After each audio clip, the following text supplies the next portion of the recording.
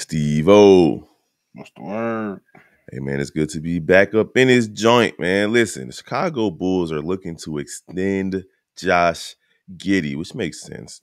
You also have the return of Lonzo Ball, old zombie knee himself. And then you got Chicago Bears updates. We're going to talk about all that and more right after the intro.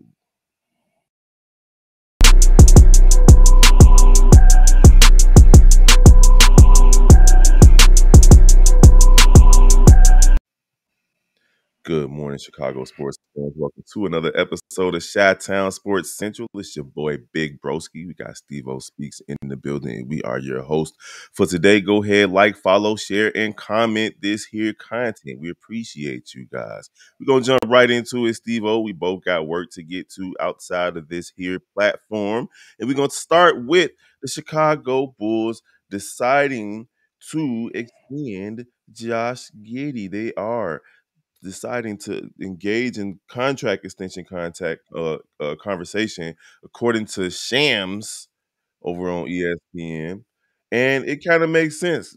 It makes sense. You know, he's only 21 years old. You gave up an all defensive player for him. You didn't get no first round picks from the OKC Thunder when you're traded for him. And then, you know, he's definitely shown that, at least in the preseason, that he's going to be a fixture for this offense in terms of getting the offense going. And he's going to fill the stat sheet. He's going to give you points, rebounds, and assists, a couple of steals. Maybe he can improve that three-point shooting. How you feeling about the Chicago Bulls looking to extend this young man? I don't like it. I don't like it at all. And the reason I don't like it is because everybody we've gotten into conversations to do extensions talking about has been a little premature, minus maybe Zach. Everybody else, I felt like didn't do enough, or we haven't seen enough here to warrant an extension. Now, I understand the upside and everything that comes with Josh Giddey, him being young, him going to Olympics and everything, but with that being said, we still don't know what he's going to do here. We still don't know what the future had of him. We don't know exactly what was the reasons or ramifications of why everything didn't work out with OKC. So I think we should have at least a year or half a year under the belt before we get into talks. I think it's just way premature to get into talks, and we ain't seen him do anything on our floor. I mean, I get what you're saying, but it only makes sense to do it because he's still on his rookie contract, and you have until October 21st to get these types of deals done with everybody that was drafted in that year. That's one. And two, he could become a restricted free agent after this season. You've given up a lot for this kid. And three, I don't think they trade for him if they're not thinking about keeping him here for the long term. It just doesn't make sense to trade all defensive player who was actually offered first round picks for before the draft in the Alex Caruso and not have plans on keeping Josh Giddey here for the long term. Well, we're a stupid ass organization as well. Like, that's another thing. Like, it's not like we have a track record of making good decisions. We don't have quite frankly, yeah, it might sound right that we send him away to get a better player, but we don't know that we know how to pick good players. We might just like something he like, or we might like a piece of his game that we like and we think we could develop, which we ain't been doing much developing anyway. So that's my thing. It's like, for this team to want him, they're gonna have to develop in, and our track record of developing ain't that good. So when I'm looking down the road with it, it's just like, yeah, I get it. Like, from a business sense, it makes sense. From a bull standpoint, it don't make sense because y'all haven't gave us the trustworthy feeling for you to go forth in this type of decision. And I guess if this were last season, I would kind of be on board with you.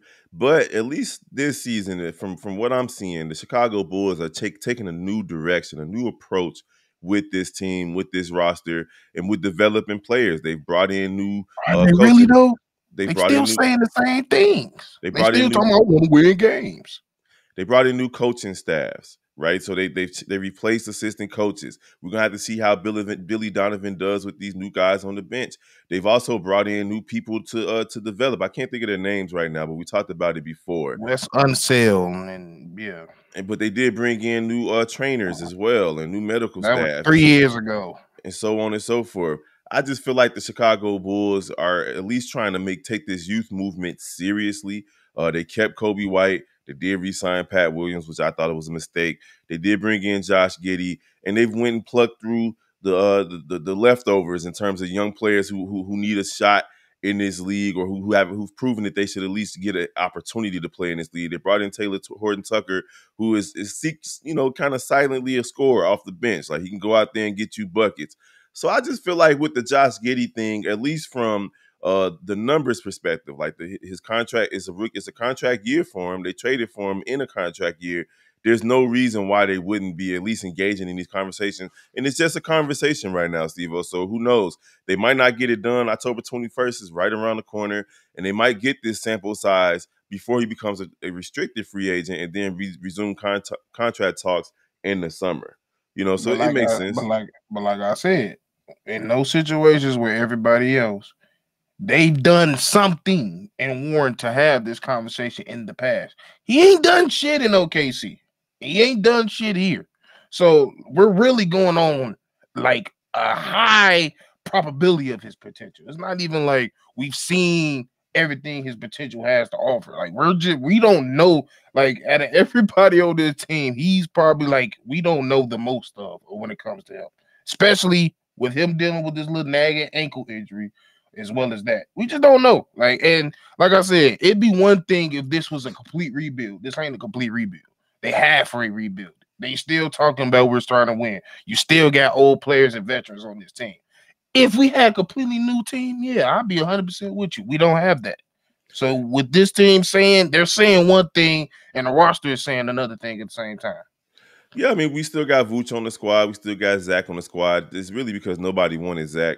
And then Vooch is going to improve his trade stock during the season. As far as Giddey's time at OKC, Steve-O, I mean, he's only 22, but he did last season average 12 points a game, 50% from the field, almost 7 rebounds, 5 assists, and started all 80 games that he played last year. I was say that's probably his biggest thing is the 80 games.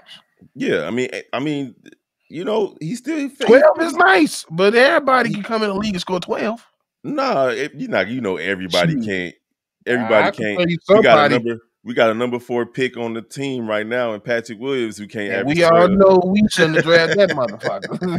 But the 7 rebounds and the 5 assists is what I'm looking at for him as well. The points, he wasn't a focal point. He's not a point. Yeah, he's not a scorer. It was SGA and the rest of those guys out there who were taking on the scoring load. So I don't know, man. The jury's still out on Josh Giddey. I'm not, supremely high on him, but I'm not as low on him as you are.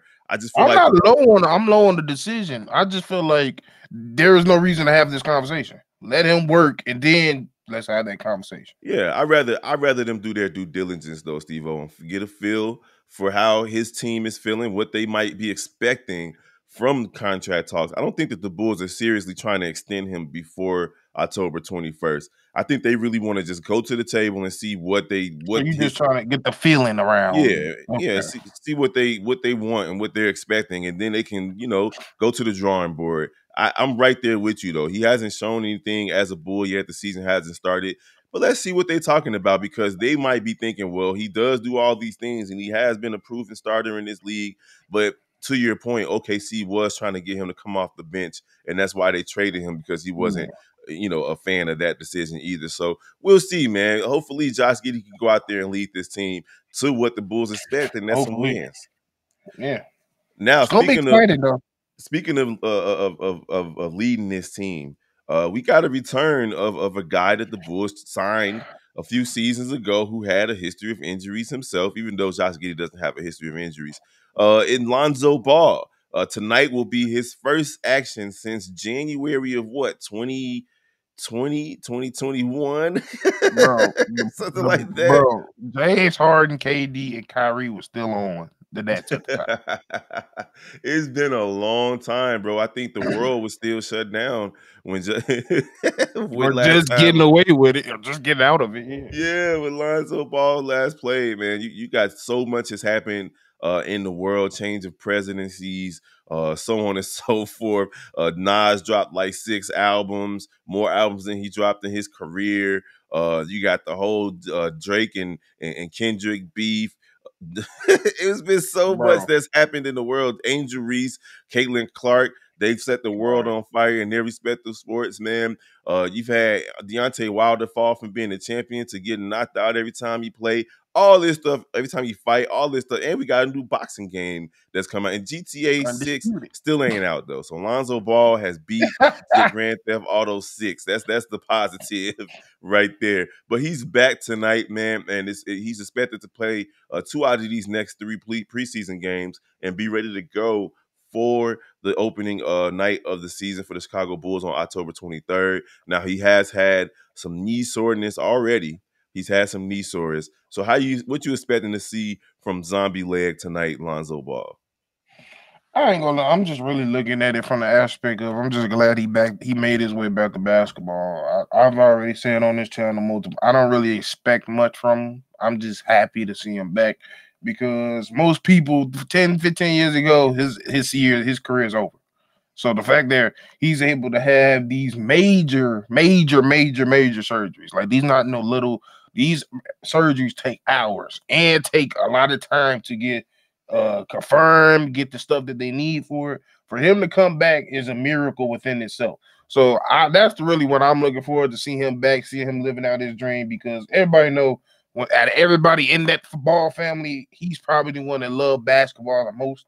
So I'm just happy to see him make his way back. Yeah, I'm definitely happy to see it as well. He was the better player up until LaMelo proved that he's a Facts. pure scorer.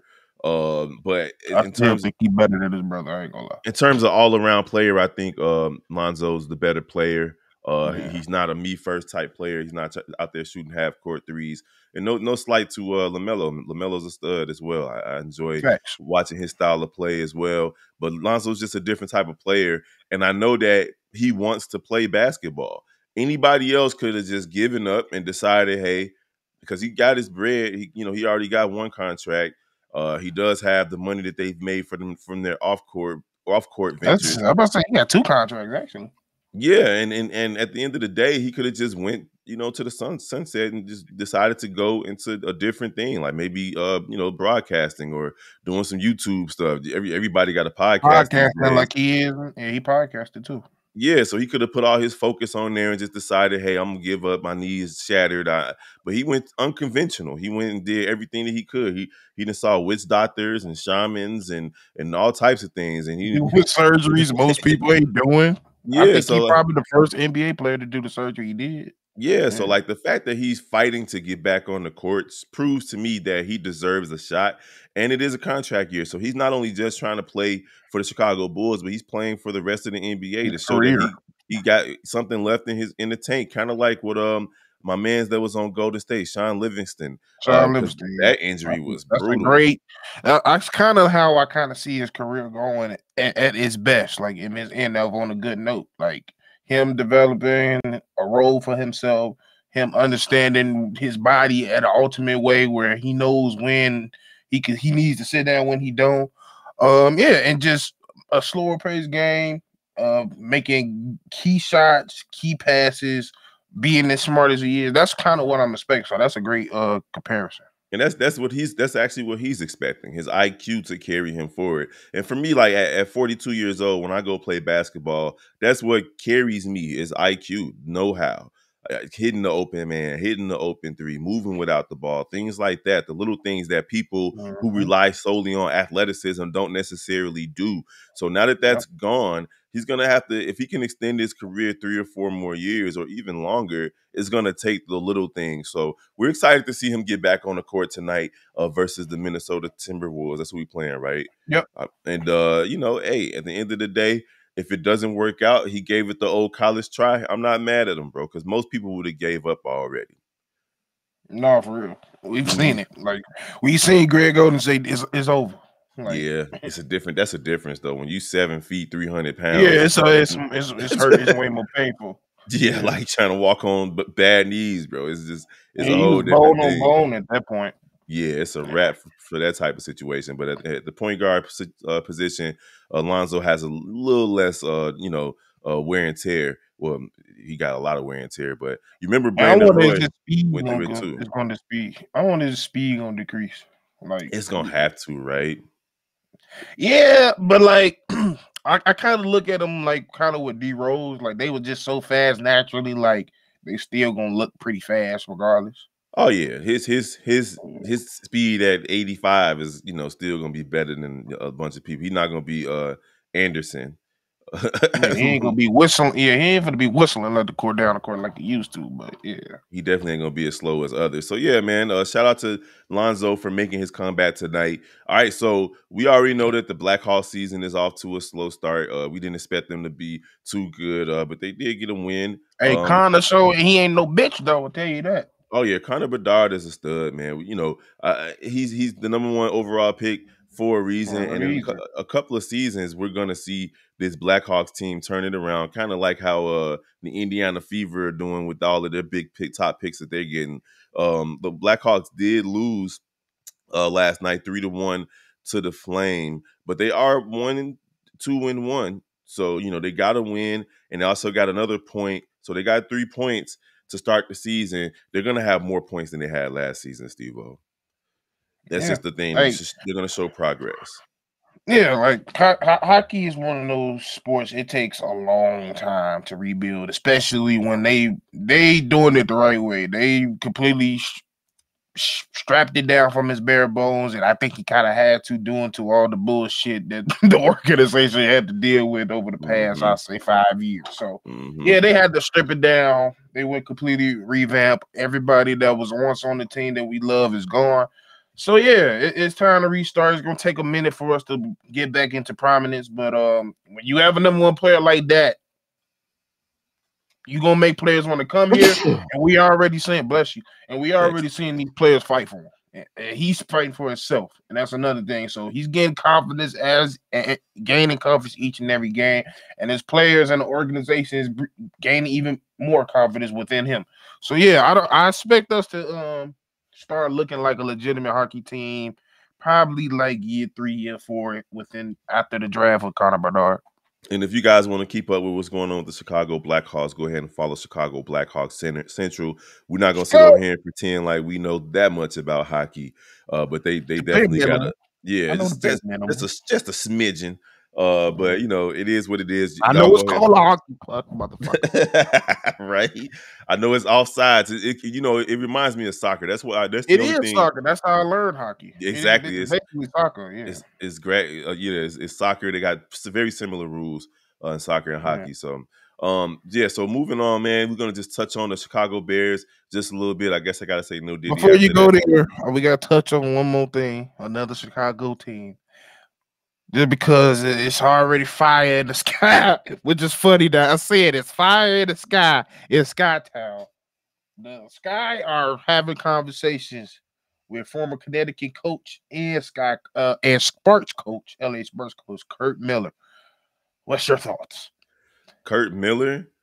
That's your area expertise. If his name I ain't the like I think he's a solid coach, but with everything I guess that happened in with what happened with Connecticut in the past, and they felt like he didn't do right with the Sparks, like before he got fired, the Rakia thing, like he wasn't playing Rakia and everything and stuff like that. But I tried to explain to him on the last night that he came into a Sparks team with Jordan Canada and both of the Agumaquays, uh a year removed from having the girl that was fighting everybody she went back to China. Tomorrow So like live he had live right, yeah. So live he and had live Cambridge, yeah. Cambridge. There you go. Yeah, Cambridge. So he had a legit team, and then before he opened his eyes, they was in the middle of a rebuild.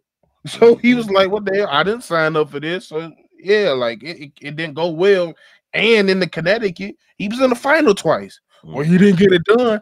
Well, he ran up against Minnesota, and then he ran against LA, who Yeah. had Candace and NECA. So like as a X and O's player, like at the end of the day, we didn't really understand exactly what Jeff Pagliosha was thinking when it came to the decision on firing her and getting rid of him. But it just sounded like he wasn't a fan of her X and his O's, and he wasn't at all a part of the decision to hire her. They hired her first and then hired Jeff, which is the wrong way to do it. So I think they care more about X's and O's coach than a coach that knows how to rally the troops more per se, because that's what Curt is. He's an X and O's coach. Yeah, I mean, at the end of the day, as much as we love Teaspoon, it came down to X's and O's a lot of the times, regardless Why of we who was, lost? Yeah. yeah, regardless of who was on the court. Injuries be damned. It was the Chicago Sky were in a lot of games where they lost by 1 or 2 possessions in which it just didn't make sense. And these girls, they had so much trouble feeding the post for a team that was trying to build around feeding the post. In the post. Yeah. So, like, if you can't make an entry pass and you can't teach that, I mean, I'm looking at the coach. exactly. Like, so for everybody, it's like, oh my God, I can't believe they fired Teresa Witherspoon. Like, I get it. I get it. I get it on both sides. Yeah. But if you're gonna bring in a coach that's going to be able to show you how to do the little things, that's important for this team. That's going to teach you how to finish around the basket when it comes to Angel Reese and Camilla. That's important. When it teaches you when to force a shot and when not to. For Kennedy Carter, if she's back with the team, of course, that's going to be important. And unfortunately, as much as the players love Teaspoon, they just didn't listen to Teaspoon. And perhaps and you can't say a lot of people be like, yes, they did. Not on the court. It didn't look like it. Right. They didn't go out there and do the things that they were being taught. So hopefully this guy can come in, if he does decide to take the job, can come in and put belt to ass for these young ladies. I hate to say it that way, but that's what it is. You know? Sometimes you need that. Like, a coach is not there to be liked. He's there to teach. Like, every teacher I had growing up, I didn't like it, but I didn't take away if they was good or not. Like, there was a couple teachers I didn't like, but they was good at their job. There was some teachers that was good in their job, and then I like. Some people get lucky like that. But at the end of the day, like, he's a former 2-time coach of the year. He got a hell of a coaching career as well with Bowling Green and another college. I forget what it is. So compared to somebody like a Spoon, his resume is way better. It's way better on the basketball sense. He got the pedigree. Yeah, and that's one thing I was like kind of like fighting against with the people like, yeah, he did all this and this. I'm like, we kind of went on a limb picking Teaspoon. Like, right. Teaspoon didn't prove anything as a head coach enough and warrant to get the keys to a whole franchise. Now, what she did was good. It was cool. But we all know when you got a team that ain't that good and we was able to squeeze out 13 games, that means more games could have been won. And I think those games, like you said, that we lost had a lot to do with Coach Spoon. It did. It did. All right. Anything else on the Sky? Nah. All right, man. If you guys want to hear anything else about the Chicago Sky, go ahead and follow Chicago Sky Central. Hayes, C-Dub with the live calls, and Steve-O Speaks. They hold it down over there. You catch me in there, in and out. Me and Bobby be in and out with it. We're not the biggest proponents of the WNBA in terms of knowledge, but at the end of the day, those guys hold it down over there. As far as the Chicago White Sox and the Chicago Cubs are concerned, not much news, but the Chicago Cubs, they need to be paying attention to the World Series and Juan Soto and figuring out why they're not all in on trying to bring this man to the North Side, because I think it's dumb for them to decide, oh, we're not going to go that route. We're not going to try to make a big splash, because those are the players that put you in the postseason.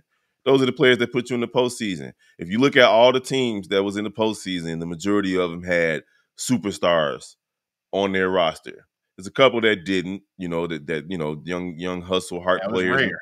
Yeah, but for the most part, from the San Diego Padres to the Dodgers to the Braves to the Cleveland to New York, of course, both New York teams, you can't ignore the fact that they have superstars on their roster. So the Chicago Cubs got work to do, man. And if they ignore the fact that Juan Soto is a stud and they need to throw the bank at him, it's going to irritate me. So if you guys want to hear anything else about the Chicago Cubs and Chicago White Sox, go ahead and follow Chicago Cubs and White Sox Central.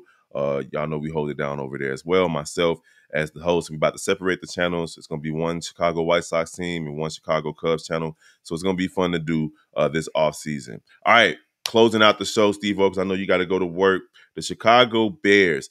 Everybody knows at this point now that the game on the 27th has been flexed from a noon game to 3:25, which kind of throws a monkey wrench in our plans on hosting the live meet and greet. We're still up in the air about that, but we'll let you guys know about what's going to happen on the 27th. You got Jaden Daniels versus Caleb Williams, number 1 versus number 2 in season. But I got a question for you in regards to the Bears. Is this the trade deadline is coming up, and you've seen a flurry of moves yesterday where teams went out and improved their rosters, or at least on paper, improve their rosters. A lot of fans are clamoring for different players, whether it's the defensive end in Cleveland, or whether it's the dude in Dallas. Was it Dexter Lawrence in Dallas?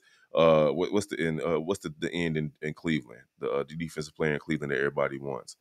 The dude that sacked Justin Fields like 20 times.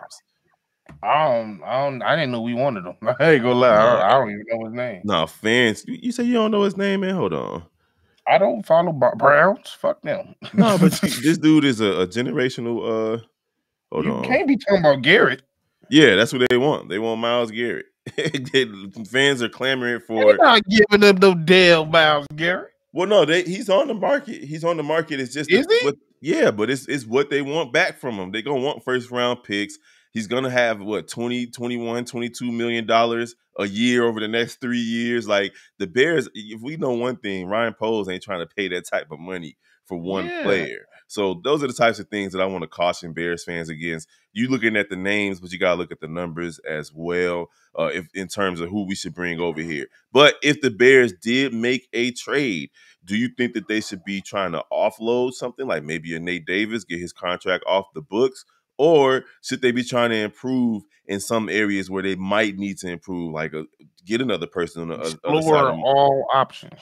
Explore Nate Davis getting up out of here. Explore somebody to replace Nate. Mm-hmm. Explore somebody that could possibly take over Braxton's spot. Like you should be looking to any form, any position if it can help. If it's reasonable, the money makes sense, you should look at it. Mm-hmm. If you have opportunity to get rid of somebody that somebody wants, Bayless, even though I don't think he will.